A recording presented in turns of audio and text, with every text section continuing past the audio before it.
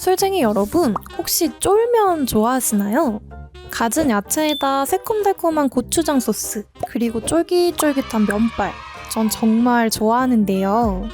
쫄면은 한 재면회사에서 냉면을 실수로 굵게 뽑았는데 이게 아까워서 주변 분식점에 나눠줬던 것이 시초라고 합니다. 그리고 요리를 좀 해봤다 하는 사람이라면 어떤 음식에 넣어도 감칠맛을 쫙 끌어올려주는 마성의 MSG, 굴소스 하나 정도는 갖고 계실 텐데요.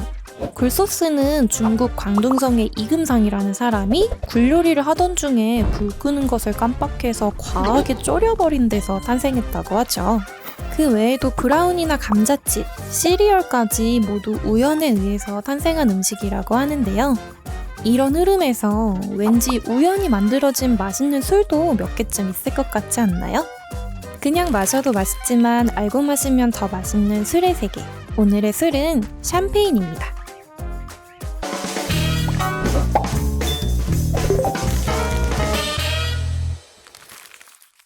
17세기 프랑스 어느 수도원의 지하 저장고. 수도사들이 지난해 정성껏 만들어두었던 와인이 잔뜩 보관되어 있습니다. 추운 겨울이 지나고 날이 살짝 풀리기 시작할 무렵 지하 저장고에서 이상한 소리가 들려오기 시작하는데요. 바로 와인병이 이유도 없이 하나둘 깨져나가는 소리였죠. 아무도 드나들지 않는 지하 저장고에서 스스로 깨져버리는 와인들. 이것은 악마의 장난인 걸까요? 오 주여! 수도사들은 성호를 긋고 하늘에 계신 분을 찾았죠. 하지만 그중 조금 더 용감했던 혹은 확신의 T 재질이었던 수도사 피에르는 깨진 병 안에 든 와인을 조심스레 집어들고 맛을 보았습니다. 이내 그는 이렇게 외쳤죠. 형제들이여, 난 지금 별을 마시고 있다네. 그때 수도사 피에르가 맛본 와인이 지금 우리가 마시는 샴페인의 원조이며 훗날 피에르 페리뇽의 이름에 종교적 존칭인 도미누스를 붙여서 돔 페리뇽이라는 샴페인 브랜드를 만들었다고 하는 이야기 들어본 적 있으신가요?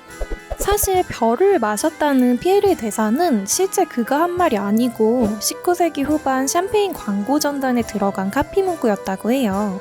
게다가 피에르는 샴페인의 개발자라기보다는 악마의 와인이 깨지지 않도록 여러 가지 방법을 연구했던 사람이고요. 그러나 어찌되었건 피에르 페리뇽이 샴페인 제조의 문을 활짝 열었던 사람 중 하나라는 건 분명합니다. 그렇다면 수도원의 와인이 깨졌던 이유는 대체 무엇이었을까요? 비밀은 날씨에 숨어 있습니다. 와인은 포도가 효모에 의해서 발효되며 만들어지는 양조주인데요. 쉽게 말해서 효모가 포도즙 속 당분을 먹고 알코올과 이산화탄소로 분해하는 과정을 거치면 와인이 만들어지는 거죠. 그런데 이 효모라는 것은 온도가 일정 수준 낮아지면 발효를 멈추거든요. 그래서 추운 지방 사람들은 겨울이 오기 전에 서둘러 와인을 만들고 이를 밀봉하여 보관했습니다. 이때 미처 발효가 끝나지 않은 효모가 와인 속에 남아 동면하게 된 겁니다. 이듬해 봄이 되어서 날이 따뜻해지면 효모는 다시 깨어나서 활동을 시작하게 되는데요. 와인병 안에서 두 번째 발효가 이루어지고 다시금 알코올과 이산화탄소가 생성되지만 병은 이미 꽉 밀봉이 된 상태이죠. 이에 갈 곳 없어진 이산화탄소가 와인에 용해돼서 마치 사이다 같은 거품을 내는 와인이 된 것입니다. 순전히 우연에 의해서 만들어진 와인인 거죠.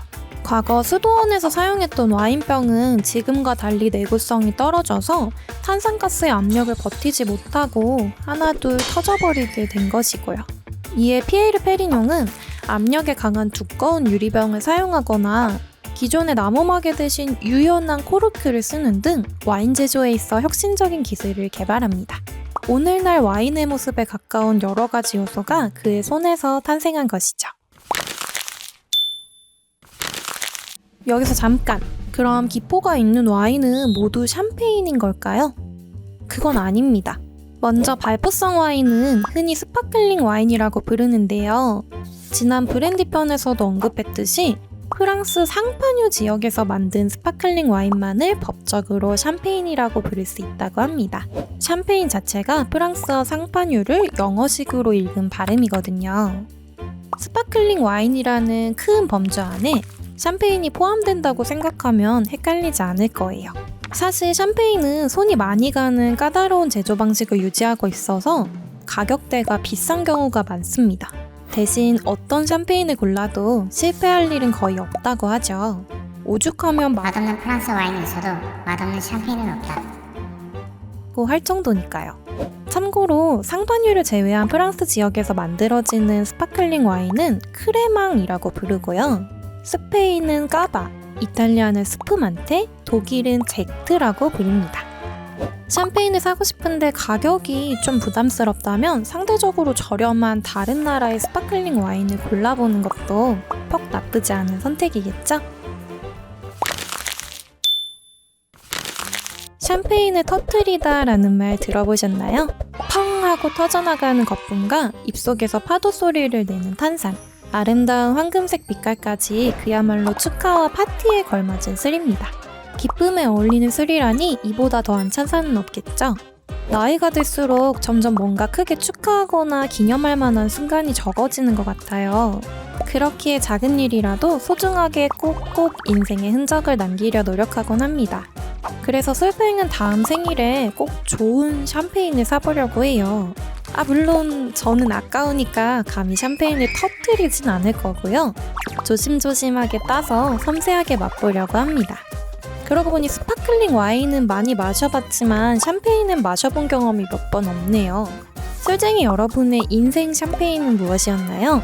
아니면 축하를 위해 어떤 술을 따보셨나요? 댓글에 술쟁이들의 경험을 남겨주세요. 술사냥꾼 술뱅과 술벽이 축하할 일을 만들어서라도 마셔보겠습니다. 그럼 오늘도 어김없이 질술하세요.